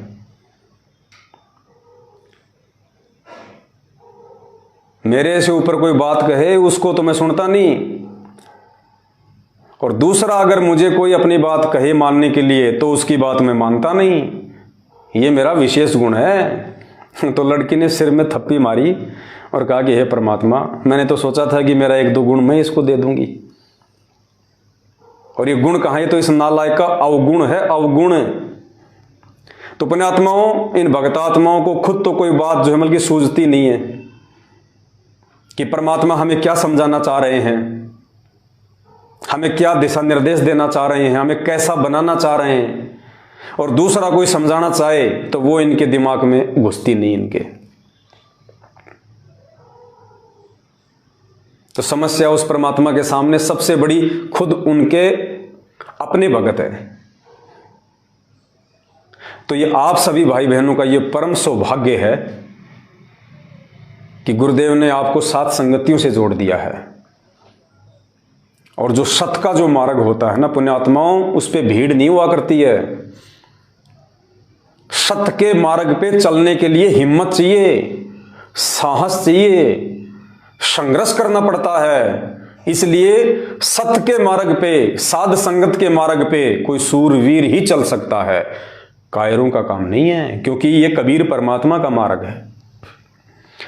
और परमात्मा कहते हैं कबीर का मार्ग कठिन है, नहीं कायर का काम, इस पर चले कोई सूरमा, यहां 8 पहर संग्राम। ये कबीर परमेश्वर का मार्ग है, ये सूरमाओं का मार्ग है, कायरों का मार्ग नहीं है। ये साध संगति से जुड़ के भक्ति करना, सांसारिक क्रियाओं से, सांसारिक चौंचलों से दूर रहना, ये सूरवीर कर सकते हैं। ये आडंबर दिखावा, पाखंड रैलियां, धरने, प्रदर्शन, पुण्यात्माओं, ये तो हम असंख्य जन्म हो गए हमारे को करते हुए, ये तो कोई भी कर लेगा, क्योंकि ये काल की खुराक है। लेकिन आत्मा की खुराक क्या है? साधुता, संतता, भगतपना, आधीनी, प्रेम, इनको अपनाना महाभारत है। तो आप सभी भाई बहनों का सौभाग्य है, आप 7 संगतियों से जुड़े हैं। और दूसरा दास ये प्रार्थना करेगा आप सभी भाई बहनों से, आसन के पास ले गए और कि जहां भी कोई 7 संगतियां हो, 7 संगतियों से आप जरूर जुड़े रहें, आते रहें, जाते रहें, कुछ सीखने का प्रयास करें। वहां पे परमात्मा को भोग लगाएंगे, उससे भी हमारी आत्मा बहुत ज्यादा रिचार्ज होगी। लेकिन दास की विनती है, केवल आंख बंद करके 7 संगतियों में मत जाना, क्योंकि बहुत सारे लोग ऐसे हो सकते हैं जो मैनेजमेंट की तरफ जा चुके हैं, उनके व्हाट्सएप पे लोगो अभी भी 7 संगति का ही है, और ये उन लोगों की एक प्लानिंग होती है कि अभी तक इन लोगों को पता नहीं है कि मैं सतलोक आश्रम मैनेजमेंट हरियाणा से जुड़ चुका हूँ और मैं अपने घर पे साथ संगति रखवा लेता हूँ, जितनी आत्माओं को तोड़ सकूंगा मैं तोड़ लूंगा। तो पुण्यात्माओं, अच्छी प्रकार से सोच समझ के उनसे बातचीत करके उसके बाद ही आपको डिसीजन लें, कोई निर्णय लें, क्योंकि कदम कदम पे काल भगवान तोड़ने का प्रयास करेगा। और वो तोड़ेगा किसको? केवल साध संगत वालों को। क्योंकि काल भगवान की खुराक अगर उसके मुख से निकाली जा रही है तो केवल साध संगतियों में। तो काल भगवान का दुश्मन इस दुनिया में या तो साध संगत वाले हैं या फिर सतगुरु रामपाल जी भगवान है। बाकी तो सब काल के अंडर में है, सब काल के अंडर में है, सब काल की ही खुराक तैयार कर रहे हैं, आत्माओं से उल्टी भक्ति करवा के, मनमाना आचरण करवा के। तो काल उनको नहीं छेड़ेगा। उनको तो उनके जो कर्म हैं, आज जो बीज वो बो रहे हैं, जब वो काटने का समय आएगा तब उनको पता चलेगा कि हमने गेहूं बोया था या भांग बोई थी। और हमारे पड़ोसी हमको कितना समझा रहे थे कि भाई जो तू बीज बीज रहा है ना, ये गेहूं का नहीं है, ये मक्का का नहीं है, ये भांग का बीज है, भांग। और मत बो ये बीज, तू भूखा मरेगा, तेरे बच्चे भूखे मरेंगे। लेकिन वो नहीं माना। और जब वो फसल तैयार हुई, वो बाल आई, तब पता चला कि ये तो भांग का पौधा था। लेकिन उस समय तक तो समय ही निकल चुका होता है। अब दोबारा से वो फिर 2-4 महीने बाद में फिर दोबारा से वो गेहूं का बीज नहीं बीज सकता, क्योंकि बिजाई का समय निकल चुका है। तो पुण्यात्माओं, परमात्मा खुद धरती पे है, स्वयं ये कबीर परमेश्वर है, स्वयं ही तत्वदर्शी संत है, ये खुद ही गरीबदास है, ये खुद ही कबीर साहिब है। हमने केवल इन्हीं का प्रकट दिवस मनाना है और किसी से हमने कोई लेना देना नहीं होना चाहिए। हमारा तन मन धन सब इन्हीं के श्री चरणों में समर्पित होना चाहिए। हमें एकमात्र इन्हीं से उम्मीद होनी चाहिए, एकमात्र इन्हीं से हमारे को आस होनी चाहिए। आप संध्या आरती में पढ़ते हो, तारेंगे तारेंगे तहतीक सतगुरु तारेंगे। यानी हम सतगुरुदेव जी से ही हम ये उम्मीद लगा रहे हैं कि इस काल के लोग से सतगुरुदेव जी हमारे को पार करेंगे, हमारे को तारेंगे। तो फिर गरीबदास जी का बोध दिवस कहां से आ गया बीच में? कबीर जी का प्रकट दिवस कहां से आ गया बीच में? जब आपके गुरुदेव आपको पार करेंगे और आप उन्हीं से प्रार्थना कर रहे हो, फिर औरों को पूजने की आवश्यकता क्या है? औरों को खुश करने की आवश्यकता क्या है? औरों को मनाने की आवश्यकता क्या है? आपने किसके साथ फेरे लिए? अपने पति के साथ या उन लोगों के साथ में? पुण्यात्माओं, ये पतिव्रता धर्म की भक्ति नहीं कर रहे लोग, ये व्यभिचारणी भक्ति हो रही है, व्यभिचारणी भक्ति। और कोई सूरमा ही समझ पाएंगे इस खेल को। ये काल भगवान के द्वारा जो भयंकर षड्यंत्र रचा जा रहा है आत्माओं को रोजाना भक्ति मर्यादाओं से दूर करके अपने मुख में लाने का, इसको कोई बिरले, कोई सूरमा ही पहचान पाएंगे। हमारे गुरु, हमारे भगवान, हमारे परमात्मा संत रामपाल जी हैं। उनके अलावा हम किसी का नहीं मनाएंगे। ना हमने फालतू में हमारे गुरुदेव को प्रसन्न करने के लिए ये चाइनीज लाइटों की डेकोरेशन करनी है, ये दिखावा है, पाखंड है। ना हमारे गुरुदेव ने कभी की और ना हमारे गुरुदेव को ये पसंद है। अरे भगवान कोई रंग बिरंगी लाइटों से थोड़ी प्रसन्न होगा। रंग बिरंगी लाइटों से तो दुनिया भर के जीव प्रसन्न हो सकते हैं कि यार बहुत अच्छा आश्रम है यार, ठीक है यार, यहां तो आनंद सा आता है, ठीक है। तो दुनिया को हम आकर्षित कर सकते हैं, लेकिन भगवान लाइटों से आकर्षित नहीं होता, चाइनीज लाइटों से। भगवान आकर्षित होगा, भगवान प्रसन्न होगा उसकी मर्यादाओं में रह के भक्ति करने से। हमारे अंदर साधुता के लक्षण आने चाहिए, भगत के लक्षण आने चाहिए, दास के लक्षण आने चाहिए। मर्यादा में रह के हम भक्ति करेंगे, तब हमें परमात्मा प्रसन्न करेगा, चाहेगा। और तब सतगुरु की एक विशेष मेहर ऑटोमेटिक उस भगत के पास पहुंच जाएगी। एक मेहर निकलती है परमात्मा के अंदर से। गुरुदेव ने बताया सत्संग में कि जब तक तुम्हें वो मेहर नहीं मिलेगी, बात नहीं बनेगी।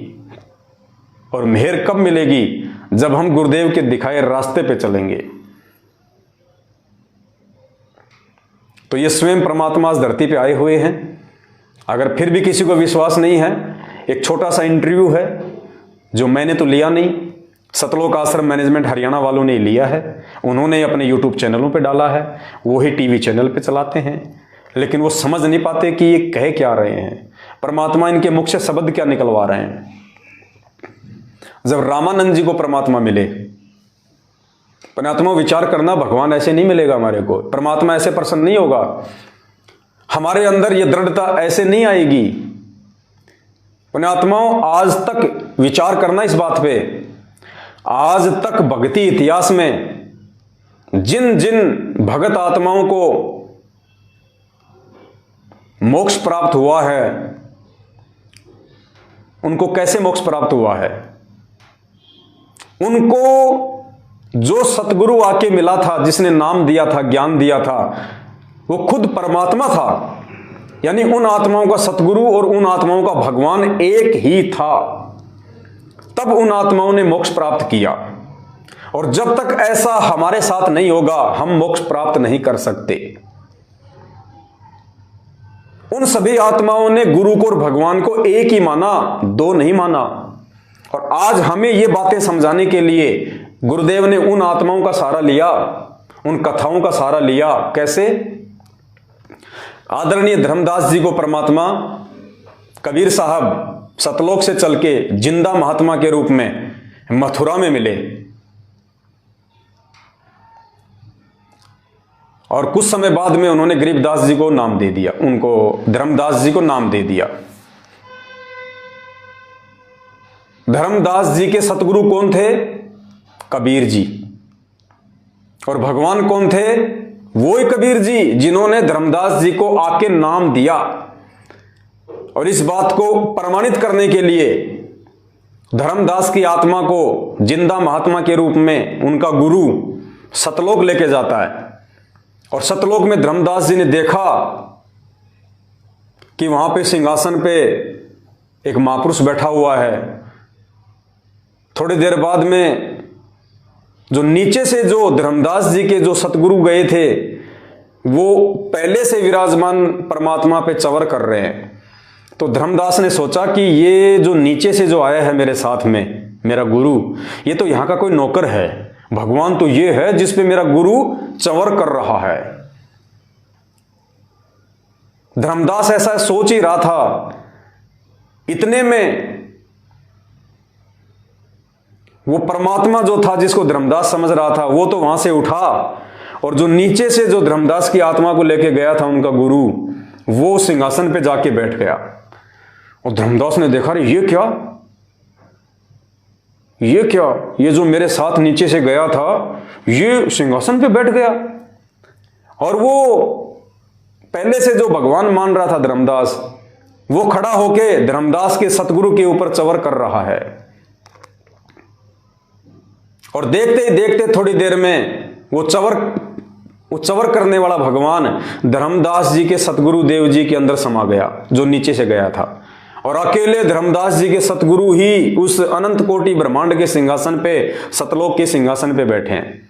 धर्मदास जी की तो आंखें फट गई। ओहो, ये भगवान है जिसने नीचे आके मुझे नाम दिया, मुझे ज्ञान दिया, ये सतलोक का राजा, ये भगवान। धर्मदास ने खुशी मनाई कि मेरा तो भगवान भी एक और मेरा तो गुरु भी एक। और वापस धर्मदास की आत्मा को नीचे भेजा। और धर्मदास को विश्वास हो गया कि गुरु में और भगवान में कोई अंतर नहीं है। अगर मोक्ष प्राप्त करना है तो गुरु को ही भगवान मानना पड़ेगा। तो धर्मदास का गुरु एक, धर्मदास का भगवान एक। तब धर्मदास का मोक्ष हुआ। उसके बाद में आदरणीय गरीबदास जी महाराज, उनको नाम दीक्षा किसने दी? कबीर जी ने, सतगुरु के रूप में, नला नामक खेत में। उस समय तक गरीबदास जी समझ रहे थे कि ये बाबा जी कोई और है, और ये सतलोक की जो जानकारी दे रहे हैं वो भगवान कोई और है। तो गरीबदास जी का ये भ्रम मिटाने के लिए गरीबदास जी की आत्मा को निकाल के वो सतलोक ले गए। और वहां सेम टू सेम लीला गरीबदास जी के साथ हुई। पहले से वहां पे एक महात्मा विराजमान थे, गरीबदास जी के साथ में उनके जो सतगुरु गए थे वो उसके ऊपर चवर करने लगे। तो गरीबदास जी ने सोचा कि भाई देखो, ये जो मेरे साथ में आया है ना, ये तो यहाँ का कोई नौकर है, और भगवान तो ये है जो सिंहासन पे बैठा है, जिसको ये मेरे गुरुजी भी चवर कर रहे हैं। थोड़ी देर में वो महात्मा वहां से उठा, गरीबदास जी का गुरु सिंहासन पे बैठा और वो महात्मा गरीबदास जी के गुरु जी पे चवर कर रहे हैं। गरीबदास ने देखा ये क्या हो गया भाई, और ये भगवान मेरे गुरु जी पे चवर कर रहा है। इतना सोच ही रहे थे कि वो चवर करने वाला महात्मा गरीबदास जी के गुरु जी के अंदर समा गया, अकेले गरीबदास जी के गुरु जी रह गए।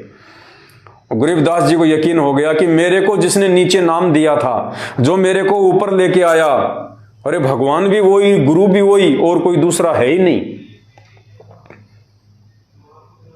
तो गरीबदास जी का गुरु एक, गरीबदास जी का भगवान एक, तब उनका मोक्ष हुआ।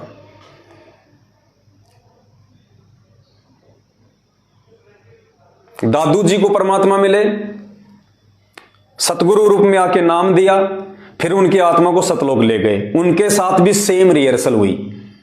फिर दादू जी ने देखा कि मेरा तो गुरु भी एक और मेरा तो भगवान भी एक, उनका मोक्ष हुआ।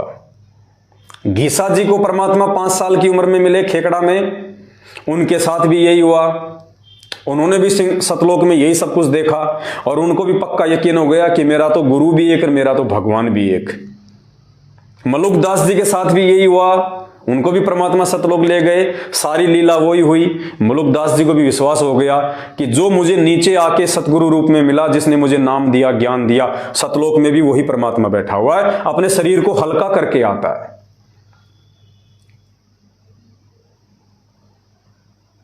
650 साल पहले काशी में पंडित रामानंद जी के साथ में भी परमात्मा ने यही किया। नीचे से उनकी आत्मा को ले गए, सारे ब्रह्मांड दिखाए, सतलोक में ले गए और सतलोक में सेम टू सेम यही लीला हुई। और नीचे जब उनकी आत्मा को छोड़ा तो 5 वर्ष के रूप में वही परमात्मा सामने खड़ा है जो सतलोक के सिंहासन पे बैठा था। तो रामानंद जी को पक्का यकीन हो गया और रामानंद जी ने क्या कहा, दहू ठोर है एक तू, दहू ठोर है एक तू, कि परमात्मा दोनों जगह, ठोर मानी जगह और दहू मानी दो, दोनों जगह आप ही हो।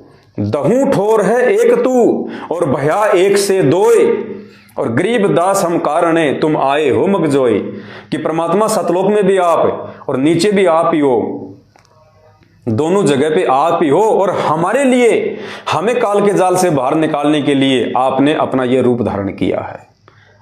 तो पुण्यात्माओं, आज से पहले जिन जिन संतों का, महात्माओं का परमात्मा हमें उदाहरण देते हैं, जिनको परमात्मा ने सतलोक दिखाया, और सतलोक देखने के बाद में उन पुण्यात्माओं ने विचार किया कि भगवान भी वही और गुरु भी वही।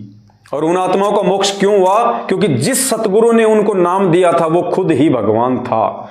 और दूसरा, उन आत्माओं ने भगवान देखा ही नहीं फिर अपने गुरु के अलावा, क्योंकि जब अपनी आंखों से सब कुछ देख लिया उन्होंने, उसके बाद उनके मन में किसी दूसरे के लिए जगह नहीं थी, किसी के लिए जगह नहीं थी।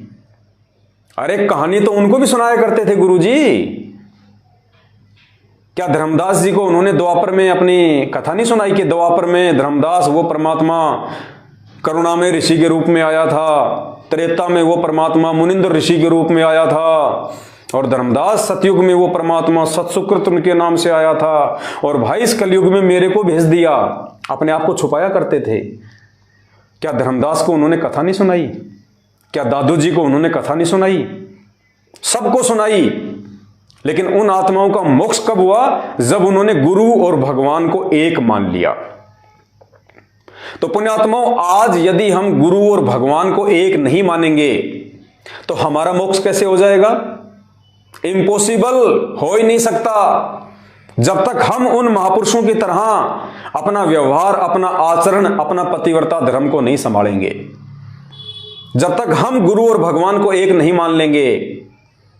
अब आज 8 सितंबर को तो ये लोग गुरु जी का जन्मदिन मनाते हैं, और अब जून के महीने में दाढ़ी मूछ वाली फोटो को भगवान मान के उसका प्रकट दिवस मनाते हैं। अरे दो तो छोड़ो, गरीबदास जी को और घुसेड़ दिया बीच में, 3 भगवान हो गए, 3।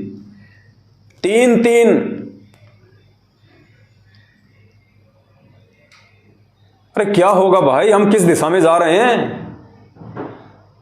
अरे एक पैंट को एक ही आदमी पहन सकता है, 3 नहीं पहन सकते, 2 भी नहीं पहन पाएंगे ढंग से। पहन लिया तो वो ढंग से वो चल नहीं पाएंगे।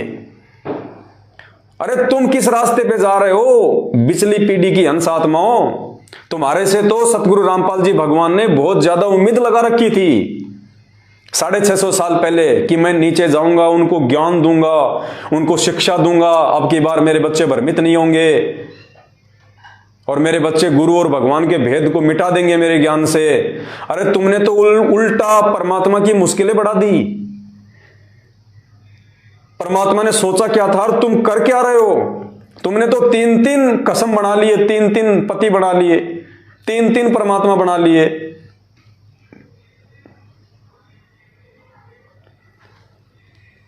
पुण्यात्माओं, अब आपको बताते हैं कि वो परमात्मा एक है या दो है, मुझे कभी सा और वो परमात्मा खुद नहीं बताएगा। आज ये बात है, आज सतगुरु रामपाल जी भगवान वैसा ही बताएंगे जैसा वो पहले वाली आत्माओं को बताया करते थे। जैसा उन्होंने धर्मदास को बताया कि धर्मदास वो परमात्मा तो कोई और है, मैं तो उसका संदेशा लेके आया हूं। गरीबदास जी को भी ये कहते थे कि वो परमात्मा तो कोई और है, मैं तो उसका संदेशवाहक हूं। आज भी यही कह रहे हैं कि वो कबीर परमात्मा तो कोई और है, मैं तो उसका दास हूं, उसका संदेशवाहक हूं। लेकिन अपनी आत्माओं के माध्यम से परमात्मा संकेत भी करवा रहे हैं, हमारी आंखें भी खोल रहे हैं कि मैं उसका दास हूं या फिर ये पूरी दुनिया मेरी दास है। अब जो घटना उन पहले वाले महापुरुषों के साथ में घटी, जो सतलोक गए, अपनी आंखों से देखा कि सतलोक के सिंहासन पे केवल अंत में वो एक ही परमात्मा रह गया, वो घटना परमात्मा ने इस आत्मा को भी दिखाया। इस बहन की आत्मा को परमात्मा सतलोक लेके गए, सतलोक में परमात्मा ने वही रिहर्सल इस आत्मा को करवाई, दिखाई, फिर नीचे छोड़ा ताकि ये अपना इंटरव्यू देके और ज्ञानी आत्माओं के विश्वास को और ज्यादा जो है उदृढ़ कर दे। तो पुण्यात्माओं, ये विश्वास परमेश्वर साथ संगत से जुड़ी हुई आत्माओं का दृढ़ करवाने के लिए इस प्रकार के इंटरव्यू दिलवाते हैं। वरना जिसने इंटरव्यू दिया उसको भी नहीं पता कि मैं क्या बोल रही हूं। और जो लाखों लोग उन टीवी चैनलों पे इंटरव्यू सुनते हैं लेकिन मनमान आचरण कर रहे हैं, उनको नहीं पता कि बहन क्या बोल रही है, क्या शिक्षा दे रही है। ये शिक्षा आप समझ पाओगे, ये शिक्षा को आप पकड़ोगे, क्योंकि मोक्ष आपने करवाना है। भगवान ने आप लोगों को छांट के अपने हीरे मोतीलाल के रूप में इस कलयुग की बिचली पीढ़ी में जिन आत्माओं को भगवान ने मोक्ष देना ही देना है, उन्हीं आत्माओं का परमात्मा विश्वास दृढ़ करेगा। तो सुनना है बहन क्या कह रही है, गुरु और भगवान अलग अलग होते हैं या फिर एक ही होते हैं? सतगुरु रामपाल जी भगवान खुद कबीर परमेश्वर है या कबीर जी का भेजा हुआ दास है? रामपाल जी महाराज जी ने मुझे कबीर साहिब जी के सिंहासन के पास ले गए और वहां पर बंदी गुरु रामपाल जी महाराज जी कबीर साहिब के सिंहासन के साइड में खड़े हो गए और मैं उनके सामने अच्छा, बहन को लेके कौन गया? संत रामपाल जी भगवान इनकी आत्मा को सतलोक के सिंहासन पे लेके गए। जैसे गरीबदास जी का गुरु लेके गया था, धर्मदास जी का गुरु लेके गया था, मलुकदास जी का गुरु लेके गया था, ऐसे इस बहन को भी इसका गुरु लेके गया संत रामपाल जी भगवान। और क्या दिखाया? कबीर साहिब के सामने खड़ी। रामपाल जी महाराज जी ने मुझे कबीर साहिब जी के सिंहासन के पास ले गए और वहां पर बंदी गुरु रामपाल जी महाराज जी कबीर साहिब के सिंहासन के साइड में खड़े हो गए और मैं उनके सामने कबीर साहिब के सामने खड़ी थी। तो क्या हुआ, देखते ही देखते क्या हुआ कि बंदी छोड़ सतगुरु रामपाल जी महाराज कबीर साहिब के शरीर में समा गए और फिर अकेले कबीर परमात्मा रह गए। फिर कबीर परमात्मा का शरीर बंदी छोड़ सतगुरु रामपाल जी महाराज जी के रूप में चेंज हो गया। फिर बंदी छोड़ सतगुरु रामपाल जी महाराज जी कबीर साहिब के रूप में चेंज हो गए। फिर तब मुझे वहां पर समझ आया कि जो बंदी छोड़ सतगुरु रामपाल जी महाराज जी हमारे बीच यहाँ धरती पर रह रहे हैं, यही खुद कबीर परमात्मा है और यही भगवान है जिसे मैं बचपन से तलाश रही। अपने आत्मा, मैं तो नहीं कह रहा ये, मैंने तो इंटरव्यू नहीं दिया ना, मैंने इंटरव्यू लिया। इंटरव्यू देने वाले सतलोक आश्रम मैनेजमेंट हरियाणा से जुड़े हुए हैं, इंटरव्यू लेने वाले सतलोक आश्रम मैनेजमेंट हरियाणा वाले हैं। मैं तो आप लोगों को दिखा रहा हूं कि भगवान की पहचान कर लो, सतगुरु को पहचान लो, इसे परमात्मा का कोई दास समझ के भूल मत करना। ये खुद साक्षात धरती पे परमेश्वर उतरे हुए हैं और एकमात्र इन्हीं की पूजा करने से, इन्हीं का प्रकट दिवस मनाने से, इन्हीं के आगे भोग लगाने से, इन्हीं के बताए अनुसार भक्ति विधि करने से हमारा मोक्ष होगा। गरीबदास जी की शोभा यात्रा निकालने से, संत रामपाल जी का बोध दिवस मनाने से, कबीर जी दाढ़ी मूंछ वाले का प्रकट दिवस मनाने से और लड्डू जलेबी के चक्कर में धक्के खाने से मोक्ष कभी जिंदगी में नहीं होगा।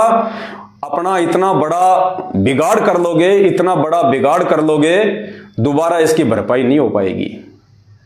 ये एक बार समय हाथ से निकल गया, काल भगवान साइड में गधा बना के छोड़ देगा, फिर कोई लेना देना नहीं है। तो दास की तो हाथ जोड़ के विनती है आप सभी भाई बहनों से, केवल समझा सकते हैं आप सबको, मानना या ना मानना ये आपके ज्ञान आधार और आपके भक्ति संस्कारों के ऊपर निर्भर करेगा। जब तक परमात्मा ने श्वासें दे रखी है तब तक हम संदेशे देते रहेंगे, भाई बहनों को जगाते रहेंगे, गुरु को ही भगवान साबित करते रहेंगे, आपको परमेश्वर के लिए दृढ़ करते रहेंगे।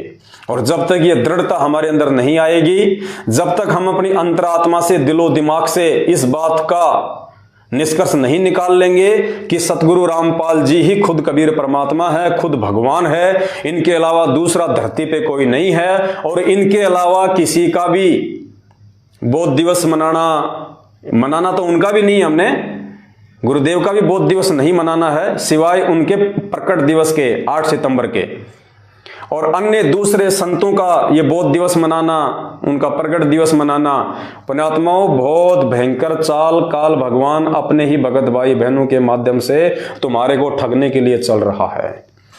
अगर समय रहते उस चंगुल से बाहर निकल जाओगे तो निकल जाओगे, और मुझे पता है इस बात का भी पुण्यात्माओं कि सभी नहीं निकल पाएंगे। परमात्मा कहते हैं गुरुपद सेवै बिरला कोई, जहां पर कृपया साहिब की होई। गुरुपद को तो कोई बिरला ही जान सकता है, पहचान सकता है। गुरुदेव के बताए अनुसार भक्ति कोई बिरला ही करेगा। खोकापुर में काग मिले दिन दोई रे, अरबों में कोई हंस हमारा होई रे। ये संसार विघन की घाटी, कोई निकलेगा बिरला सूर। पुण्यात्माओं कोशिश करो उन बिरला सूरवीरों में आप शामिल हो जाओ। कोशिश करो, अंतिम समय तक आपने ये पतिव्रता भक्ति करनी पड़ेगी। गुरु के अलावा कोई दूसरा भगवान है, दिलो दिमाग से इस बात को डिलीट कर देना और साध संगति से जुड़े रहना। साध संगति से हटे, काल भगवान कहां जाके पटकेगा समझ में भी नहीं आएगा। और ये परमात्मा इतनी जल्दी हिसार जेल से बाहर नहीं आने वाला, तांडव मचेगा तांडव।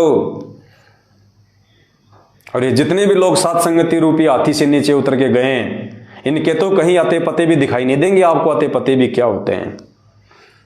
सौभाग्य यदि कोई रो पीट के वापस आ गया तो साथ संगति में, अन्यथा ये वहां नहीं टिकने वाले, क्योंकि वहां पे आत्मा की खुराक नहीं है। और इन लोगों को आत्मा की खुराक खाने का जो चस्का है वो लग चुका है, ये लोग वहां पे नहीं टिक सकते।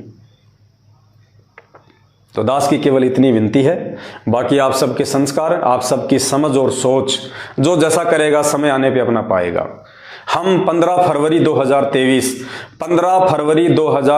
से रात्रि 8:30 बजे अपना Facebook page Pawan Das is live, सभी भाई बहन इसको फॉलो कर लें, इसको लाइक कर लें, ज़्यादा से ज़्यादा इसको शेयर करें। इसी फेसबुक पेज के ऊपर हम लाइव आएंगे और परमात्मा की महिमा किया करेंगे।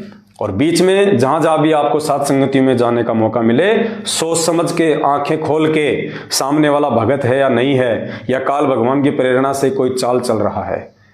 और जहां भी साथ संगति में जाओ, मैं पहले कह रहा हूं आपको, अगर आपको वहां पे साथ संगतियों के अनुसार नियम मर्यादा भक्ति दिखाई दे तो रुकना है, नहीं तो चाहे आपको रात को ही अपना थैला उठा के क्यों ना आना पड़े। देखो छोटी छोटी बातों को लेके तो मनमुटाव करना नहीं है फालतू में किसी से। बाकी अगर तुम्हें ऐसी कोई क्रिया, कोई भक्ति विधि दिखाई दे, अगर वो अनजाने में कर रहा है तो उसको समझाओ। अगर फिर भी वो समझने का प्रयास नहीं करता है तो फिर चाहे रात को ही थैला उठा के क्यों ना आना पड़े, हमें उस जगह पे नहीं रुकना। जिस जगह पे भगवान का आशीर्वाद नहीं है उस जगह पे नहीं रुकना, इतना जरूर ध्यान रख लेना। बस दास की इतनी सी विनती है।